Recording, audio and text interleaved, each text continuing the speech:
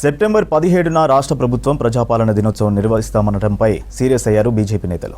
ప్రజాపాలన కాదు, ప్రజా వంచన దినోత్సవం జరుపుకోండంటూ ఆగ్రహం వ్యక్తం చేశారు. సెప్టెంబర్ 17ను వక్రీకరించకూడదని, కేంద్ర ప్రభుత్వంలాగా విమోచన దినోత్సవాన్ని అధికారికంగా నిర్వహించాలని డిమాండ్ చేశారు.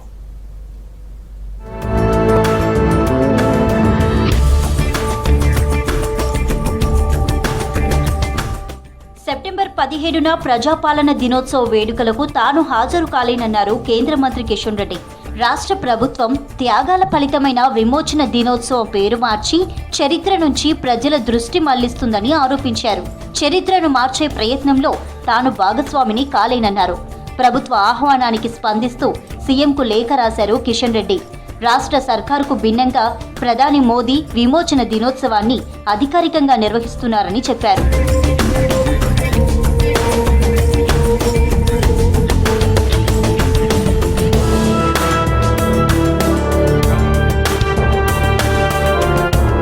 సెప్టెంబర్ 17ను వక్రీకరించకూడదన్నారు రాజ్యసభ సభ్యులు లక్ష్మణ్.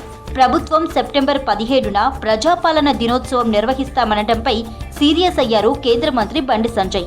ప్రజాపాలన దినోత్సవం కాదు, ప్రజా వంచన దినోత్సవం జరుపుకోండంటూ ఆగ్రహం వ్యక్తం చేశారు. సికింద్రాబాద్ పరేడ్ గ్రౌండ్లో నిజాం అరాచకాలపై ఫోటో ఎగ్జిబిషన్ను ప్రారంభించారు నేతలు.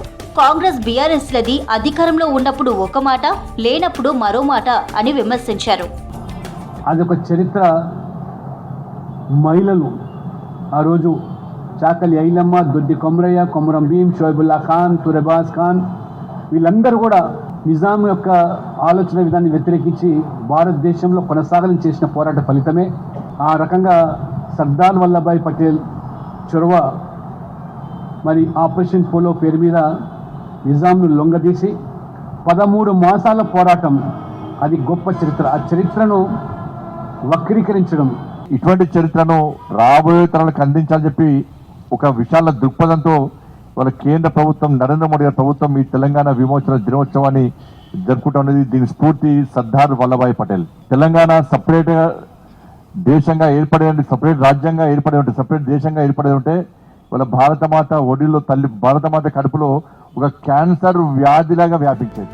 బీఆర్ఎస్ లాగే కాంగ్రెస్ కూడా తెలంగాణ సాయుధ పోరాట యోధుల త్యాగాలను విస్మరిస్తుందన్నారు బీజేఎల్పీ నేత ఏలేటి మహేశ్వర్ రెడ్డి. ఎంఐఎంకు భయపడి బీఆర్ఎస్ సమైక్యత దినోత్సవం జరిపితే కాంగ్రెస్ ప్రజాపాలన దినోత్సవం అంటుందని విమర్శించారు ఏలేటి.